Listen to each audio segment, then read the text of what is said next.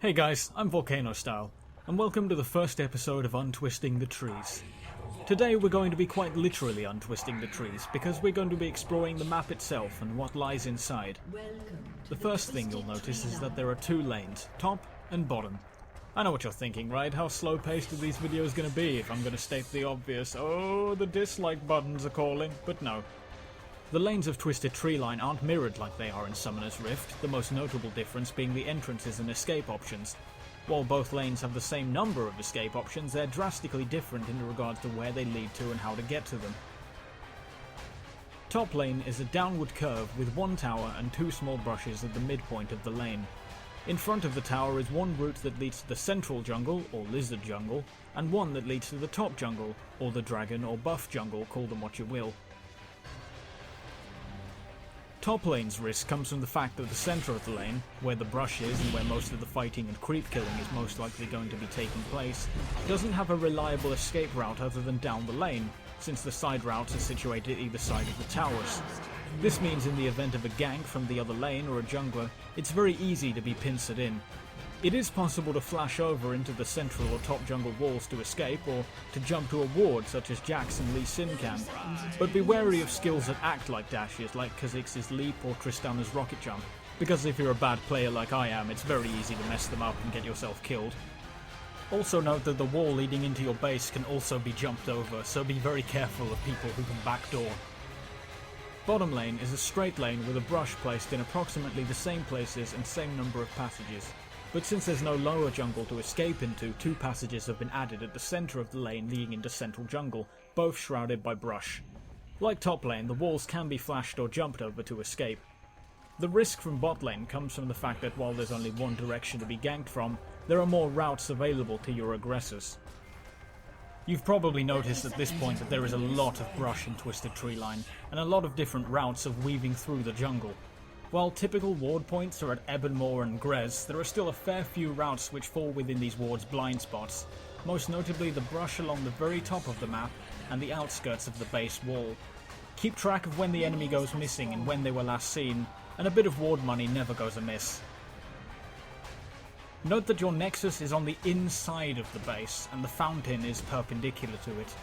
Only a single tower protects it, and towers on Twisted Treeline are a little bit weaker than they are on Summoner's Rift, so a good push onto it will likely destroy it.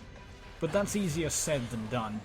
The rather awkward structure of the Twisted Treeline bases makes it almost trivial for a defending team to kite super creeps into the fountain and turn the game into more of a siege.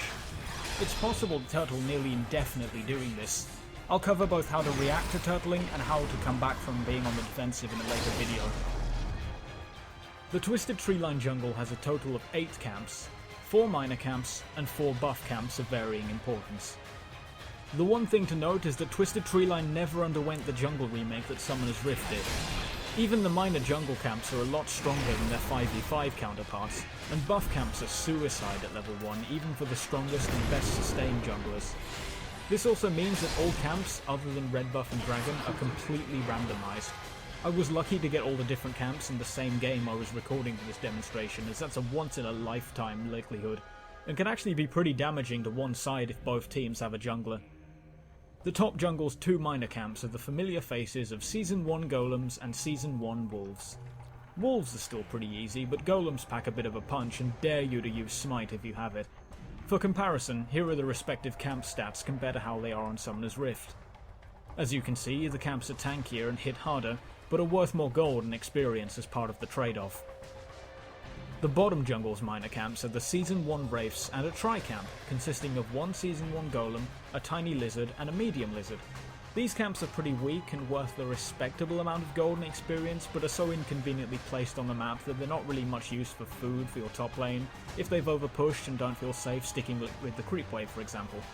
A common tactic is to do these camps at level 1 with your team for a bit of an XP boost at the start. Top jungle contains 2 randomized buff camps, the Ghast and the Giant Wolf. You can't actually see it from this recorded footage, but if you spin the Ghast around, he actually has 6 eyes, which is pretty metal. The Ghast spawns with 2 Season 1 Wraiths, and the Rabid Wolf spawns with 2 Season 1 Giant Wolves. So taking these camps without a bit of sustain or some armor or a fair bit of damage isn't advisable early on. Not only do the camps pack a fair punch themselves, but getting ganked while trying to juggle camp aggro isn't fun. Killing the rabid wolf grants you Crest of Nature's Fury, but you're probably just going to call it wolf buff. For 1 minute you gain 10% cooldown reduction and 20% attack speed.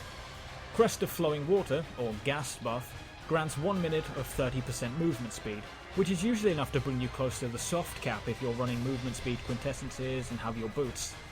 While the buffs are short, they're designed to make sure their duration is put to good use. And even if they're not, the camps are still worth 75 gold for the buff and 35 gold for their creep guards and a ton of experience. Wolf and Gas buff both have a 3-minute respawn timer. Next we have Grez, the Lizard Lord. Grez being a player who earned something in-game named after him back when player referrals were worth different rewards. For all intents and purposes, this is your standard Season 1 red buff.